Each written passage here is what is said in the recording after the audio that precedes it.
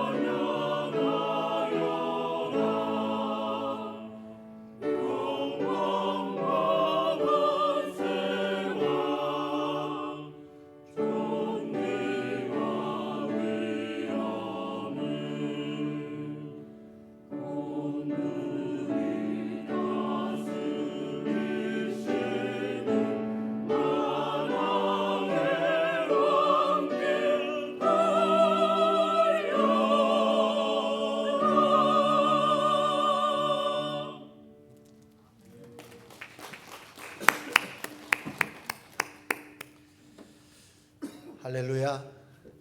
오늘은 아버지 주일입니다. 벨리스 디아 델 파드레스.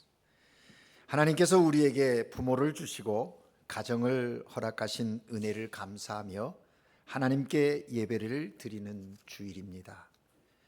부모님, 아버지는 우리의 가정에 큰 관심과 사랑의 대상이어야 합니다. 부모님이 안 계셨다면 우리는 이 땅에 태어나지도 않았을 것입니다.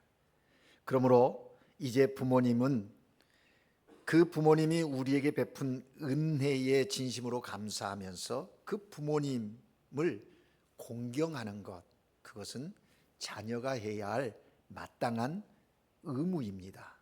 책임입니다. 다른 생각을 가질 것이 아니라 자녀된 우리는 부모님을 공경해야 합니다. 오늘 어집사님께서 기도했듯이 아버지들은 가정의 기둥, 영적 제사장이 되어야 합니다. 무엇보다도 아버지들은 가정에 정말 하나님을 경외하는 믿음의 가정으로 든든히 서갈 수 있도록 영적 제사장으로 모범을 보여야 하고요.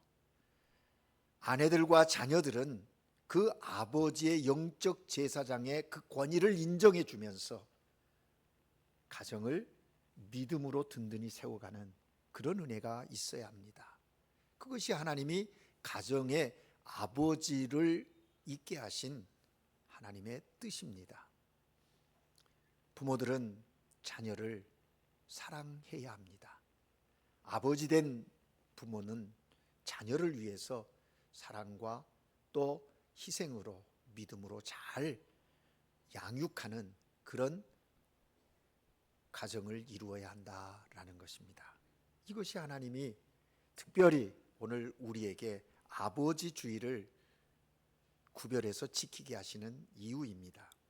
바라기는 부모님 은혜에 진심으로 감사하면서 오늘만이 아니라 매일이 날마다 부모님들을 공경하는 어버이 주일이 되어지기를 주의 이름으로 축복합니다.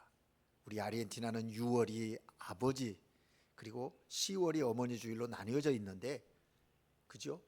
1년 내내 부모님을 공경하는 자녀들이 되어서 하나님이 부모님을 공경하는 자녀들에게 약속하신 언약의 복을 누리는 그런 복된 하나님의 사람들 되시기를 주의 이름으로 축복합니다. 여러분, 요즘 많은 사람들의 관심사는 세상이 앞으로 어떻게 어디까지 변할 것인가 라고 하는 것입니다. 여러분, 시대의 변화 속에 잘 적응하고 계십니까? 인공지능 AI의 발전은 정말 우리의 상상을 초월할 만큼 급속도로 발전하고 변화를 일으키고 있는 것을 보게 됩니다. 흐름에 따라가기가 쉽지 않음을 참으로 깨닫게 되는 것이죠. 어디 그뿐입니까? 우리의 생업의 현장도 많은 변화가 일어나고 있는 것을 체감하고 계시지요. 오랫동안 우리 이민자의 사회 속에 생업으로 자리하고 있던 의류업에 변화가 일어나고 있어요. 오랫동안 자체 생산을 통해서 판매를 하고 사업을 경영했는데 이제 수입에 의존해야 하는 수입으로의 전환이 일어나는 그런 변화를 느끼고 있다라는 것입니다. 사람들의 일상생활에도 큰 변화가 일어나고 있습니다. 세계가 다 그렇듯이 특별히 우리 아르헨티나도 고물가로 인하여 거기에 물가에 따른 수입이 이렇게 맞춰주지 못하니까 경제적인 어려움을 호소합니다. 그러다 보니 소비의 패턴도 많이 달라지고 있는 것을 보게 됩니다. 정말 하루하루 변화에 익숙해 가기가 쉽지 않은 그런 시대를 우리는 살아가고 있습니다. 그런데 우리는 이 큰 급변하는 변화 속에서 하나님의 사람으로 어떻게 살아야 할 것인가 한 번쯤 생각해 봐야 되지 않겠습니까? 아니, 매 순간 생각하며 살아야 할 그런 위치에 서 있다라는 것입니다. 하나님께서는 이러한 변화의 급격함 속에서도 우리의 신앙생활도 머무는 것이 아니라 성숙으로의 변화가 일어나기를 기대하고 계신다라는 것입니다. 따라서 우리도 우리의 믿음의 삶이 변화해야 하는데 하나님이 기대하시는 하나님이 원하시는 모습으로 우리의 삶이 변화되어져 가야 합니다. 그럴 때 이 시대의 변화 속에서 흔들리지 않는 하나님의 사람으로 세상의 변화에 뒤처지지 아니하면서도 세상을 이끌어가는 변화의 사람들로 우리가 살아갈 수 있다라는 것이죠. 여러분, 우리가 로마서를 계속 읽고 있지 않습니까? 읽고 묵상을 하고 있는데 특별히 로마서는 사도 바울이 로마에 있는 그리스도인들에게 보내는 편지입니다. 여러분이 알고 계시듯이 로마의 그 상황이 어떠합니까? 정말 좀처럼 신앙을 지키기가 어려운 그런 상황, 그런 나라였지요. 그런데 그 속에서 믿음을 지키고 있는 로마의 그리스도인들에게 편지를 보내는데 그 로마서의 구성이 어떻습니까? 크게 둘로 나뉘어질 수 있는데 1장에서부터 11장까지는 분명하게 복음이 무엇인가에 대하여 바울이 이야기합니다. 예수님을 믿는 것은 무엇인가? 그 예수님을 믿는다는 것은 어떤 것인가?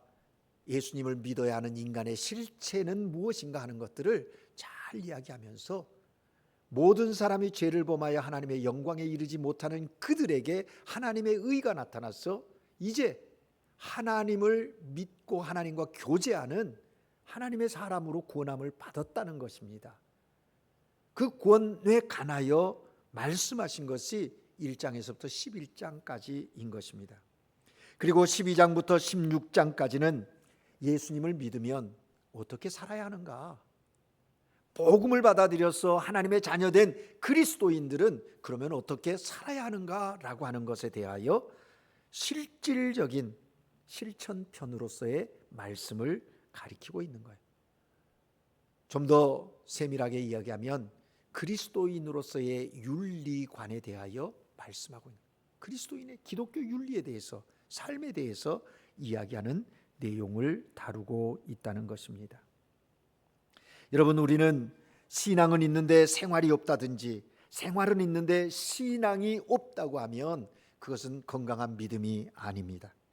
교리는 잘 아는데 실천적인 윤리가 부족하다면 그 역시 신앙생활을 잘못하고 있는 것이지요. 뿐만 아니라 윤리는, 실천의 삶은 있는데 교리가 부족하면 그건 역시 건강한 신앙이 아닙니다. 성숙한 그리스도인은 항상 신앙과 교리, 이 균형이 잘 맞춰져서 믿는 대로 삶으로 나가야 하는 것이 그리스도인, 건강한 그리스도인의 모습이라는 것이죠. 사도 바울은 이처럼 1장에서부터 11장까지 구원과 복음에 대한 진리를 가르치고서 그런 구원을 받은 너희들은, 우리는 이제 그렇다면 어떻게 살아야 하는가 라고 하는 그 말씀을 12장서부터 시작하는 거예요. 그래서 오늘 본문의 시작이 뭡니까? 그러므로 라고 시작되어지고 있는 것입니다. 다시 말하면 오늘 본문 말씀은 12장에서 16장까지 전개되어지는 실천적 신앙인의 삶의 서론이라고 이야기할 수 있는 것이고, 1장에서부터 11장까지를 결론 지어주는 그런 말씀이다라는 것입니다. 죄인인 우리가 심판 대신 예수님을 믿음으로 구원함을 받았습니다. 죄인인 우리가 예수님을 믿음으로 하나님의 자녀가 되었습니다. 영원히 죽어야 할 우리가 예수 그리스도를 믿음으로 영원한 생명을 얻게 되었다는 겁니다. 그런 우리가 그렇다면 이제 어떻게 살아야 하는가라는 것입니다. 이 문제에 대해서 사도 바울은 우리에게, 그리스도인 된 우리에게 변화를 도전하고 있는 것입니다. 오늘 우리는 이 말씀을 통해서 변화하는 세상 속에서 우리 그리스도인으로서 우리는 어떤 변화의 삶을 살아가야 할 것인가, 세상과 다름이 있는 구별된 삶이란 도대체 무엇인가 라고 하는 것을 하나님의 말씀으로 들으려고 하는 것입니다. 먼저는 그리스도인은 하나님께 영적인 예배를 드리는 존재라고 말씀하고 있습니다. 사도 바울은 로마 교인들에게 그들이 드릴 예배가 어떤 예배냐? 영적인 예배라고 말씀하고 있습니다. 세상이 아무리 변한다고 할지라도 그리스도인은 하나님을 예배하는 사람들입니다. 로마의 교인들이 하나님을 예배하는 삶 살아가는 것이 쉽지가 않았을 것입니다. 우상들이 정말 많이 있는 그런 삶의 현장입니다. 심지어는 로마의 황제를 신으로 신격화해서 숭배하는 그런 일들이 벌어지고 있는 현장이었다는 거죠. 어디 그뿐입니까? 세상의 쾌락을 추구하면서 살아가는 이들이 수없이 많이 있는 것입니다. 그런 가운데 그런 삶의 문화와 현장 속에서 하나님을 경외하는 예배자의 삶을 산다는 것 쉽지가 않다라는 것이죠. 하지만 하나님은 사도 바울을 통해서 그들에게 이야기하는 겁니다. 예수 그리스도를 믿는다는 것은 주변의 환경과 상관없이 우리가 하나님을 예배하는 자로 부름을 받았다는 것이죠. 그것을 깨닫고 하나님께 예배하는 것을 사명으로 삼고 살아가라, 그 권면을 하고 있는 것입니다. 그런데 오늘 본문을 자세히 보면 하나님께 예배하는 삶, 제물이 필요하다는 거예요. 제물. 그렇지요. 구약에서도 하나님께 예배할 때 제물이 있었듯이 또 우리를 하나님과 가까이 하기 위해서, 하나님께 우리가 나아가게 하기 위해서 하나님이신 예수 그리스도께서 친히 제물이 되셔서 하나님과 우리를 합병케 하시지 않았습니까? 오늘 사도 바울을 통해서 말하는 거예요. 예배 드리기 위해서는 제물이 필요하다. 하나님께 드릴 산 제물, 그것이 필요한데 그 제물이 무엇이냐? 그것은 바로 우리의 몸이라고 이야기하고 있습니다. Su cuerpo. 무슨 말입니까? 말 그대로 몸을 드리는 것을 이야기합니다. 눈으로 보고 귀로 들어주고 입으로 말하고 손발로 행동하는 것, 그것이죠. 몸을 드리는 것은 우리의 몸으로 사는 삶을 드리라는 이야기인 것입니다. 다시 말하면 생활을 드리라는 것이죠. 삶의 예배를 드리라고 우리에게 도전하는 겁니다. 그것이 영적 예배다. 너희가 드릴 영적 예배라고 말씀하고 있는 것입니다. 여러분, 그렇습니다. 예배는 단순히 주일에 예배 드리는 것만을 의미하지 않습니다.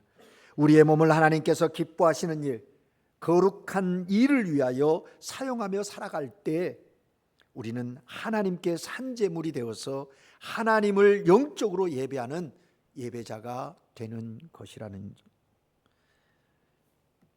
우리의 삶이 하나님께 드려지는 영적 예배, 삶으로 하나님을 예배하는 예배자가 되는 것, 그것이 구원받은 사람, 구원 이후에 이루어 가야 할 삶의 모습이라는 것이죠. 우리가 왜 하나님을 예배해야 합니까? 하나님은 이사야 43장 21절에서 우리가 하나님을 찬양하고 경배해야 하는 분명한 이유를 말씀하고 있습니다.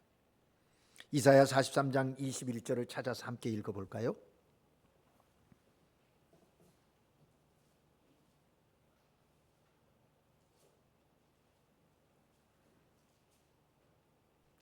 이사야 43장 21절입니다. 시작. 이 백성은, 아직 못 찾으셨습니까? 이사야 43장 21절입니다. 같이 읽습니다. 시작. 이 백성은 내가 나를 위하여 지었나니 나의 찬송을 부르게 하려 함이니라. 아멘. 무슨 얘기입니까? 하나님께서 하나님의 형상대로 우리를 창조하신 이유는 한 가지, 하나님을 예배하는, 하나님의 찬송을 부르게 하는 그 이유가 있다는 거예요. 다시 말하면 하나님과 영적인 교제를 이루고자 하는 분명한 목적이 있으시다고 말씀하고 계시는 것입니다. 그렇습니다. 우리가 하나님께서 기뻐하시는 거룩한 산제물로 우리의 몸을 드리는 것은 그래서 당연한 것입니다. 왜냐하면 하나님께서 우리를 만드신 분이기 때문이고, 그 만드신 분을 기쁘시게 해드리는 것은 당연한 것 아니겠습니까? 그러기에 우리는 우리의 변화하는 생활 중에 하나님께서 기뻐하시는 일을 위해서 우리의 몸을 얼마나 힘쓰고 있는지, 그 우리의 삶의 자리에서 어떤 모습으로 하나님을 예배하고 있는지 우리는 점검해야 한다라는 것입니다. 여러분, 우리 주변을 살펴보면 어떤 분들은 하나님께서 기뻐하시는 일에 자기의 몸을 쓰는 분들이 있지 않습니까? 봉사하는 분들을 우리 주변에서 볼 수 있어요. 하나님을 기쁘시게 하려고 입으로 찬양하는, 또 손과 발로 헌신하여 봉사하는, 또 자신의 눈으로 또 손과 발로 늘 말씀을 읽고 그 말씀에 순종하는 그런 사람들의 모습을 보는 것 아닙니까? 하나님을 기쁘시게 하려고 살아갈 때 그 삶이 거룩한 자의 삶의 열매가 나타나게 된다는 것이죠. 오늘 하나님께 예배드리는 여러분 모두가 삶으로 하나님께 예배드림으로써 하나님이 우리를 구원하신 그 구원함의 거룩한 열매들이 삶 속에 결실되어서 하나님께 영광 돌리는 그런 복된 하나님의 사람들 되시기를 주의 이름으로 축복합니다. 구원받은 우리는 어떻게 살아야 합니까? 우리 그리스도인들은 이 세대를 본받지 말아야 하는 것입니다. 오늘 본문 말씀 2절에 보면 너희는 이 세대를 본받지 말고 라고 말합니다. 여러분, 여기 본받는다라는 것은 같은 모양이 된다, 순응한다, 그런 의미를 가지고 있거든요. 보통 사회를 보면 사람들이 살아가는 삶의 방식이 있습니다. 그 시대에 맞는 삶의 유행이 있고 흐름이 있다라는 것이죠. 여러분, 오늘날 시대의 유행과 흐름은 과거에 비하면 엄청난 변화가 있고 또 새롭지 않습니까? 그런데 그리스도인들, 영적인 하나님의 사람들은 이러한 흐름과 시대의 유행 속에 어떤 태도를 취하고 살아야 하는가라는 것입니다. 하나님은 오늘 사도 바울을 통해서 우리 그리스도인들에게 세상을 본받지 말라고 말씀하고 있습니다. 본이라는 게 뭡니까? 몰대, 본. 그 본이 뭐냐라는 거죠. 세상에서 만들어진 것을 본받는 것이 아니라 우리 그리스도인들은 하나님께서 만들어 주신 하나님의 그 본, 그 틀을 따라 삶을 살아가야 한다라는 것입니다. 그것이 무엇일까요? 2000년 전 사도 바울이 살던 로마 사람들은 하나님께서 주시는 본을 받아 살아가는 사람들이 아니었습니다. 그들은 하나님을 기쁘시게 하는 삶이 아니라 자신을 기쁘게 하고 자신의 만족을 위해서 살아갔던 사람들이었다는 것입니다. 그들이 우상을 만드는 것, 누구를 위한 것입니까? 정말 우상을 위한, 그 신을 위한 것이었을까요? 아니요. 자신들을 위한 것이었습니다. 우상을 통해서 재앙을 피하고 복을 받고자 하는, 그래서 자기의 기쁨, 자기의 욕망을 채우고자 하는 도구로 우상들을 만들어서 그것들 앞에 절하고 숭배했다는 것이죠. 그런데 하나님을 믿는 것은 하나님을 위해서 사는 것을 의미하는 것입니다.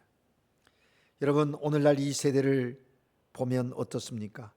바울이 살던 로마 시대와 별반 다름이 없는 것 같은 그런 시대에 우리가 살고 있어요. 세상 사람들은 자기의 만족을 위해서 살아가고 있는 것입니다. 여러분이 본받고 싶은 그것은 무엇입니까? 어떤 모습입니까? 하나님의 기쁨이 되기 위하여 살아가는 사람들이 여러분이 본받고자 하는 본입니까? 모습이십니까? 아니면 하나님 없이 세상적으로 성공하고 즐겁게 사는 사람이 여러분이 변하고 또 본받기를 원하는 모습입니까? 적어도 우리 그리스도인들은, 구원함을 받은 자들은 그런 세상의 흐름과 유행, 그것을 쫓아가는 자들이 아니라 그 유행과 흐름 속에서 하나님의 뜻이 어디 있는지를 묻고 거기에 맞게 하나님이 만들어 놓으신 그 틀, 우리에게 제시하신 그 본을 따라 삶을 살아가야 한다라는 것입니다. 여러분, 우리가 변화되어야 할 본은 세상으로부터 오는 게 아니에요. 세상의 것들 따라 쫓아가면 안 된다는 것이죠. 하나님으로부터 오는 것입니다. 하나님을 기쁘시게 하는 삶의 틀이 어떤 모양인지 깨닫고 하나님이 주신 틀, 그 본을 따라 변화를 계속해 가는 것. 그래서 신앙은 계속해서 변화하는 것입니다. 변화하는 것이, 그것을 다른 말로 하면 성숙해 가는 것이죠. 구원의 여정의 신학적인 용어로 표현한다면 성화의 길을 걸어가는 거예요. 그래서 사도 바울은 이거 지금 로마서 12장서부터 우리에게 성화의 삶은 이런 것이다 라고 제시해 주고 있는 것입니다. 마지막으로 구원받은 우리는 어떻게 살아야 합니까? 그리스도인 된 우리는 마음을 새롭게 하는 삶을 살아야 한다고 강조하고 있는 거예요. 오늘 본문 2절 후반부에 보니까 오직 마음을 새롭게 함으로 변화를 받아라. 오직 마음을 새롭게 함으로 변화를 받으라고 이야기하고 있습니다. 우리의 몸을 거룩한 산제물로 드릴 수 있는 것, 세상을 본받지 않고 하나님께서 주시는 본을 받아 살아갈 수 있는 것, 그것은 우리의 마음이 변화될 때 가능하기 때문에 특별히 오늘 바울은 그 마음을 새롭게 하여 변화를 받으라고 하는 그 말에 강조점을 두고 있는 거예요. 오직이라는 말을 쓰고 있지 않습니까? 마음의 변화를 통해서 삶의 변화를 일으키라는 겁니다. 여러분, 여기 우리 개역성경에는 마음 마음이라고 했는데, 생각, 멘때, 멘탈 뭐 이렇게 우리가 볼 때 이 생각이 더 중요한 거예요. 생각의 변화가 있어야 한다는 거예요. 여러분, 그렇습니다. 우리는 우리의 마음을 늘 새롭게 해야 합니다. 왜 우리의 마음을 늘 새롭게 해야 할까요? 한번 구원받은 우리가 하나님의 의로운 자로 삶을 살아가는데 하나님이 함께 하시고 늘 우리와 동행하시면서 믿음의 길을 가게 하시는데 우리가 왜 마음을 자꾸 새롭게 해야 합니까? 그 이유는 늘 마음에 때가 끼기 때문에 그렇습니다. 우리의 마음에 때가 끼기 때문에. 우리는 날마다 샤워하고 아침 저녁으로 세수를 합니다. 하루에도 몇 번씩 손을 씻지 않습니까? 왜 그런가요? 더러우니까 그런 거죠. 내가 더럽고 싶어서 더러워졌습니까? 하루를 살다 보면 먼지와 여러 가지 것들이 또 우리의 얼굴과 우리의 몸에 땀도 나고 해서 되니까 씻어야 되는 것 아닙니까? 마찬가지로 우리의 마음도 날마다 십자가의 보혈로 샤워하고 세수를 해야 합니다. 마음 씻음이 늘 있어야 한다라는 것입니다. 그렇게 해서 우리의 마음을 늘 새롭게 해야 한다는 것이죠. 그렇지 않으면 우리의 마음이 변화되어 가는 것이 아니라 변질되어져 버릴 수 있는 위험이 있기에 하나님은 사도 바울을 통해서 오직 너희의 마음을 새롭게 하라고 이야기하는 거예요. 구원받은 그리스도인들이 삶을 살아가는 순간순간 변화해서 성숙에 나아가야 하는데 변화가 아닌 변질이 되어질 수 있다는 거죠. 세상의 염려와 근심으로, 유혹으로 세상의 것들이 내 안에 내 순수한 신앙의 때로 묻어지게 되니까 그럴 수 있다는 것입니다. 그러면 어떠한 마음으로 변화되어야 할까요? 주님은 사도 바울을 통해서 우리에게 구체적으로 말씀합니다. 그리스도인의 마음, 구원받은 자의 마음의 변화, 그것은 하나님의 선하시고 기뻐하시고 온전한 뜻이 무엇인지를 분별하는 마음, 그것을 가져야 한다, 그렇게 말씀하고 있는 것입니다. 우리의 마음은 그렇습니다. 하나님께서 선하다고 하시는 것으로 분별하는 마음을 가져야 합니다.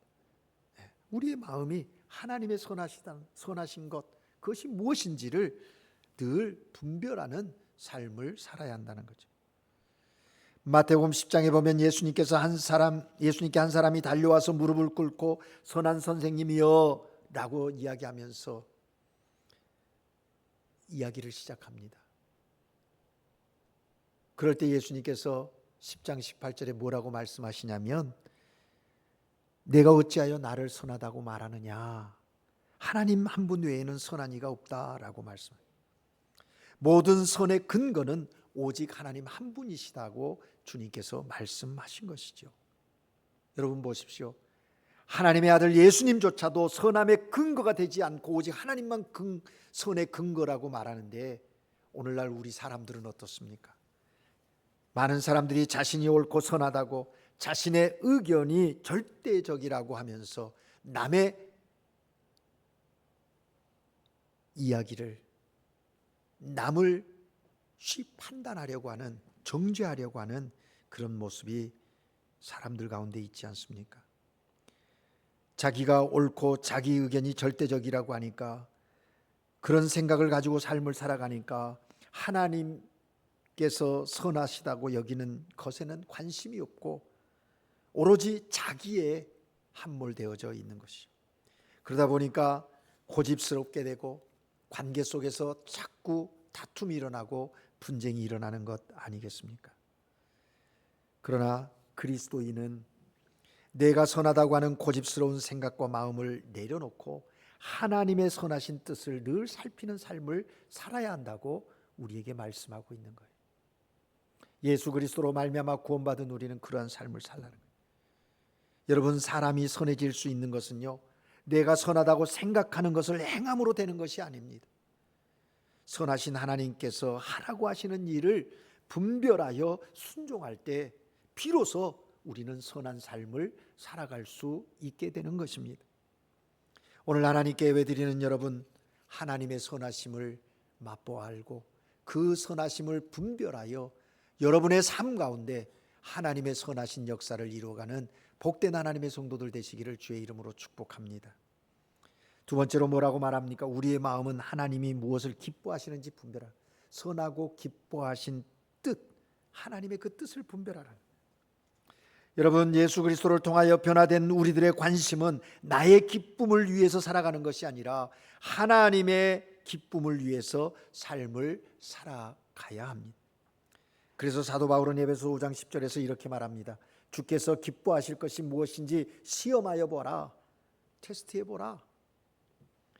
우리의 관심은 하나님이 과연 나의 모습을 기뻐하시는지를 늘 묻고 하나님 앞에 서야 하는 거예요.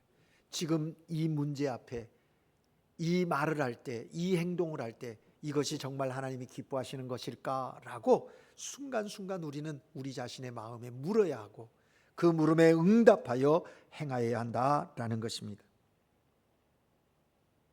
여러분, 하나님이 기뻐하시는 것이 무엇인지를 분별하지 못하면 우리 가운데 무슨 일이 일어날까요? 세상이 기뻐하는 것을 따라가게 될 것입니다.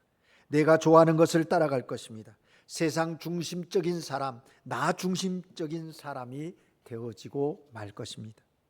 그렇게 되면 변화가 아니라 변질되어져 버리고 만다는 것이죠. 하나님이 기뻐하시는 사람이 아니라 하나님이 답답해하고 안타까워하는 그런 사람의 모습으로 살아가게 된다는 것이죠. 사랑하는 여러분, 어떤 삶을 살고 싶으십니까? 구원받은 우리는 어떻게 살아야 합니까?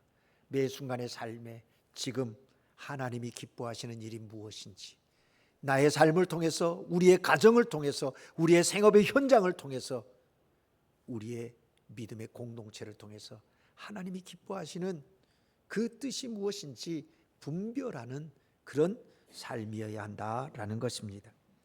마지막으로 우리의 마음은 하나님이 온전하신 뜻이 무엇인지 분별하는 마음으로 성숙되어져 가야 한다라고 말합니다. 종종 사람들과 관계하다 보면 완벽주의자들을 만나게 됩니다. 좀 더 심하면 결백주의에 빠져 있는 사람들을 보게 되지요. 자신이 계획하고 진행하는 것은